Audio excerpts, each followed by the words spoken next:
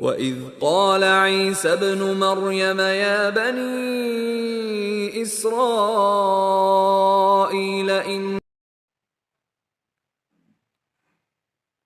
اعوذ باللہ من الشیطان الرجیم بسم اللہ الرحمن الرحیم وبہ نستعین وصلی اللہ علی سیدنا محمد وآلہ الطیبین الطاہرین اما بعد فقد قال اللہ سبحانہ وتعالی فی کتابہ المبین بسم اللہ الرحمن الرحیم الم اعہد الیکم یا بنی آدم الا تعبدوا الشیطان انہ لکم عدو مبین۔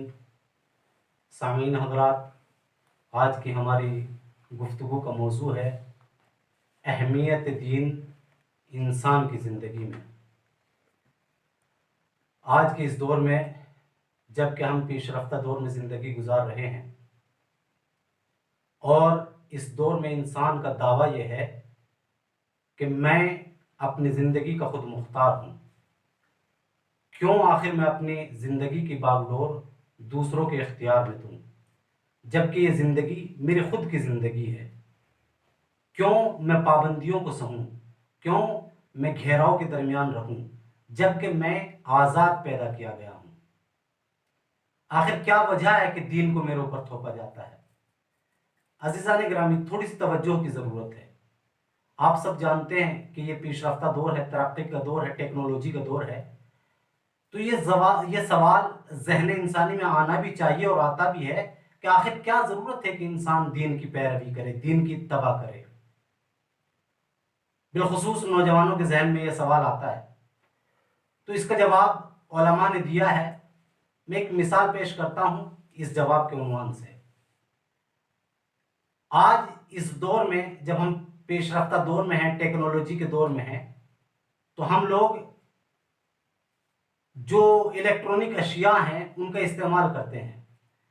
بعنوان مثال میں بازار میں جاتا ہوں، بازار سے ایک موبائل خریدتا ہوں۔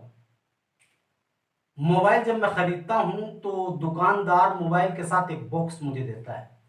اس باکس میں ایک رول بک رکھی ہوئی ہوتی ہے، یا گائیڈ بک جس کو کہتے ہیں۔ وہ گائیڈ بک اس لیے ہوتی ہے تاکہ آپ کو روش طریقہ بتائے کہ آپ کس طریقے سے استعمال کریں، اور ساتھ ہی ساتھ کچھ کلپس یا کچھ فوٹوز اس میں ہوتے ہیں ساتھ میں، تاکہ آپ کو ڈیمو دیا جائے، یعنی یہ دکھایا جائے کہ اس کو استعمال کرنے کا طریقہ کیا ہے۔ تو ایک سوال اب یہ پیدا ہوتا ہے کہ اس رول بک کو، اس گائیڈ بک کو، ان ڈیمو کو بنانے والا کون ہے؟ کون ہے جو ان کی طراحی کرتا ہے؟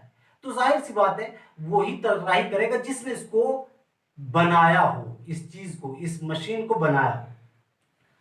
اس رول بک میں لکھا ہوتا ہے کہ آپ کو مثلا اتنی دیر سے زیادہ اس کو چارج نہیں کرنا ہے، مثلا دوسرے موبائل کا چارجر اس میں استعمال نہیں کرنا ہے۔ یہ کیوں ہے؟ یہ اس لیے کہ تاکہ یہ چیز بہت مدت تک انسان کی خدمت انجام دے سکے۔ تو ٹھیک اسی طریقے سے، اور جب وہ جو ڈیمو ہے، وہ ڈیمو کس لیے؟ وہ ڈیمو اس لیے تاکہ آپ کو بتایا جائے کہ اس روش پہ اس کو استعمال کرنا ہے۔ ٹھیک اسی طریقے سے اللہ سبحانہ و تعالی جو خالق انسان ہے، وہ جانتا ہے کہ اقتضاءات ذات انسانی کیا ہے، انسان کی ذات کے تقاضے کیا کیا ہے، لہٰذا اس نے اپنے رحم و کرم سے ایک گائیڈ بک یعنی قرآن کو بھیجا، اور ڈیمو دینے والے یعنی پیغمبران اور معصومین کو بھیجا، جو انسان کی زندگی کو بتاتے کہ اس طریقے سے آپ کو چلنا ہے۔ کیوں؟ اس لیے کہ تاکہ آپ سعادت تک پہنچ جائیں، اپنی زندگی کو کامیابی کے ساتھ گزاریں، اپنی زندگی کو کامرانی کے ساتھ گزاریں۔ اب ایک دوسرا جو آیت اللہ محسن قرآتی کہتے ہیں کہ پابندی دو طریقے کی ہوتی ہیں۔ ایک وہ پابندی کہ جو انسان کو مثلا معاشرے میں کسی ایک فعل کے انجام دینے کی بنا پر کہ جس کو معاشرہ تحمل نہیں کر پاتا، اس کو زندان یا جیل میں ڈال دیا جاتا ہے، سیل میں ڈال دیا جاتا ہے۔ وجہ کیا ہے؟ تاکہ معاشرہ بدامنی کا شکار نہ ہو۔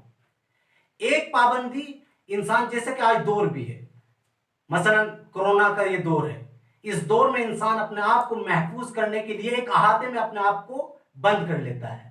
کیوں؟ تاکہ انسان کی اشیاء قیمتی اور جان، مال، عزت، آبرو دشمنان سے محفوظ رہ سکے، یا وہ چیز جو انسان کے لیے باعث ضرر ہے اس سے محفوظ رہ سکے۔